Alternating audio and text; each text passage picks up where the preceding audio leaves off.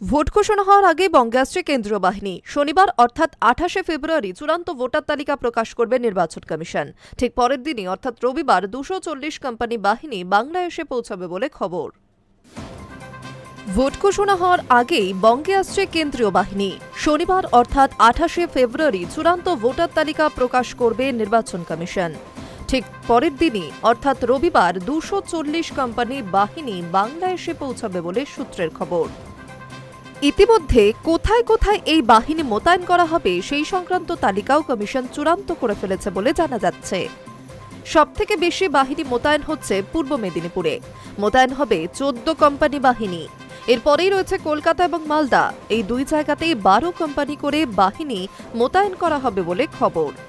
সবকিছু ঠিক থাকলে মার্চেই প্রথম কিংবা মাঝামাঝি সময়ে বাংলায় ভোটের দিন ঘোষণা করতে পারে কমিশন। চলছে জোর কদমে সেই প্রস্তুতি।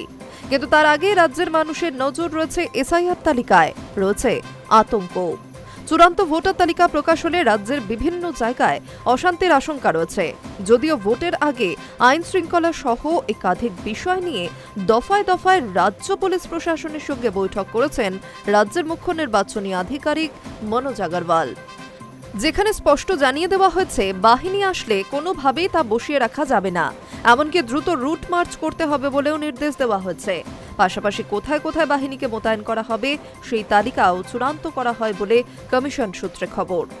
জানা যাচ্ছে দার্জিলিংয়ে 6, শিলিগুড়িতে 3, কালিম্পংয়ে 3, কোচবিহারে 9 কোম্পানি, আলিপুরদুয়ারে 5, জলপাইগুড়িতে 7, ইসলামপুর 5, রায়গঞ্জ 6, দক্ষিণ দিনাজপুর 10, মুর্শিদাবাদ 8, জঙ্গিপুর 8, কৃষ্ণনগর 6, রানাঘাট 6, হাওড়া 7, হাওড়া রুরাল 8, হুগলির রুরাল 6, চন্দননগর 8, বারাসাত 6, বনগাঁ 4, বসিরহাট 7, ব্যারাকপুর 9, বিধাননগর 4, বারুইপুর 5, ডায়মন্ড হারবার 6, সুন্দরবন 4, পূর্ব বর্ধমান 8, এডিপিসি 7, পশ্চিম মেদিনীপুর 7, ঝাড়গ্রাম 5, বাঁকুড়া 7, পুরুলিয়া 5 এবং বীরভূম 7।